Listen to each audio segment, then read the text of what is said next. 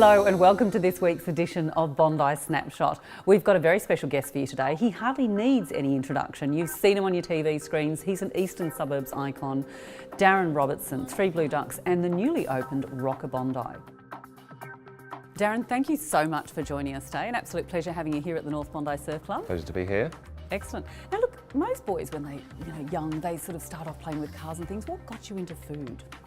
I was washing up in a local restaurant and I was studying art and design, and I showed a bit of interest in food, so they'd allow me to make the prawn cocktails and melon boats. This is going back, a million years. Love prawn cocktails. They've come back. They into were cool fashion. back then. And it's all coming back now, and that's it. And then one of the head chefs literally lent me a book by Marco P.O.I., which is the iconic White Heat, because of the photography, the black and white grainy shots, and that was it. And I kind of took it home and read it, and that was it. It's just sort of decided I was going to be a chef. Excellent.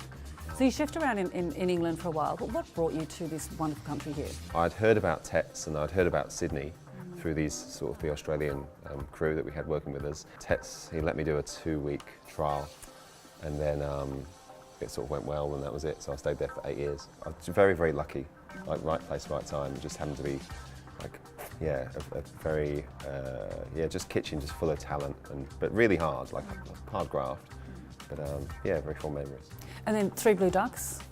Yeah, so then I left there, I did some pop-ups and stuff. I had a stall at Bondi Farmers Market. Did you? Yeah.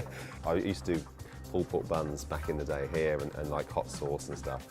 And I was doing pop-ups and bits and pieces. Then I ended up doing a pop-up with a mate of mine, Mark, who was just opened the Ducks. And it went really well, so he sort of asked me to come on board, and that was it. So it's full all the time. It's busy. I mean, it's definitely it's the OG, and it's opened so many doors for us. So it's it's cool that she's still going. And was it the chickens that kind of moved you up to the Byron farm? It was actually, yeah. It was. Did any of the chickens go with you? No, the girls stay behind. So on the farm, do you try and use everything that you make on the farm in your cooking on the farm? Yes. So firstly, the farm is a separate business to us. So there's the ducks, there's bread social, flowers on the farm, and the farm itself. And so we'll use everything they grow. So I reckon it's probably between 7 and 10% at the moment, which sounds like not a lot, but that's actually it's a hell of a lot for a restaurant. Yeah, it really is. And obviously we've got an exciting new venture. Very excited. North Bondi, Rocker Bondi. Yeah. Tell us about Rocker. Rocker came. Well, the site came up. A mate of mine, Cam, just kind of took me aside and said that what do you reckon? And we checked the place out, and I still see huge potential for this area. And I know a lot of people say Bondi's saturated, but I think that at the moment there's some really exciting things happening. Like a lot of my friends that I've known working, in the big city have sort of moved here now and doing some really good food. So I think we've actually still got a fair amount. Yeah, I really do. And especially North Bondi, there is definitely that sort of community up there, and people showing genuine support. And they just want, they it's a great spot. It's a local community up there, isn't it? Yeah. You've got Neo Tony's and Sage Beauty and the absolutely, and so that's cool. So and that's been the case. Just opening the doors and having people come in, and we'll see. I'm still getting my head around the kind of the fluctuations in business. I've been doing my homework. I speak to Bev a lot at the bottom, and she's been here. She's the guru. She's been here for forever, and like back in the day, it certainly was a lot more seasonal.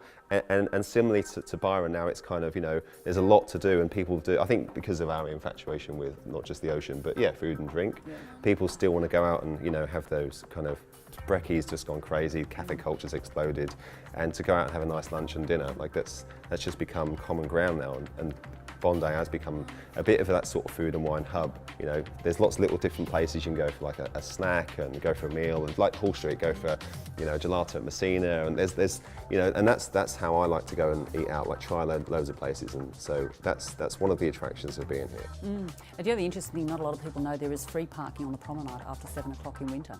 Is that right? Yeah. I didn't know. Darren, it's been fantastic having you along, and wishing you all the best with Rocker, and looking forward to coming and sharing a meal with you. It's great having you here, and wonderful having you as part of our Bondi community. Thanks very much. Cheers, thanks for having me.